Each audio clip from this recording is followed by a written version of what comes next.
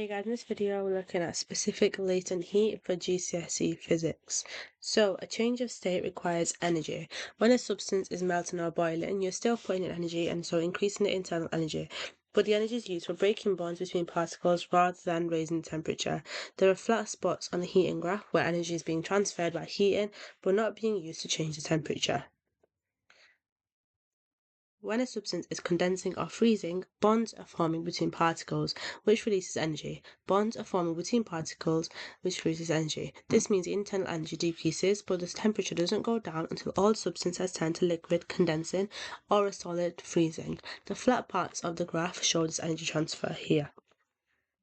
Specific latent heat is the energy needed for a 1 kg mass to change state. So specific latent heat of a substance is the amount of energy needed to change 1 kg of it from one state to another without changing its temperature.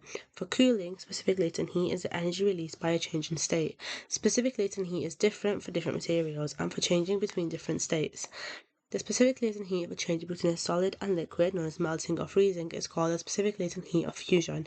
The specific latent heat for changing between a liquid and gas, known as evaporating, boiling, or condensing, is called the specific latent heat of vaporization.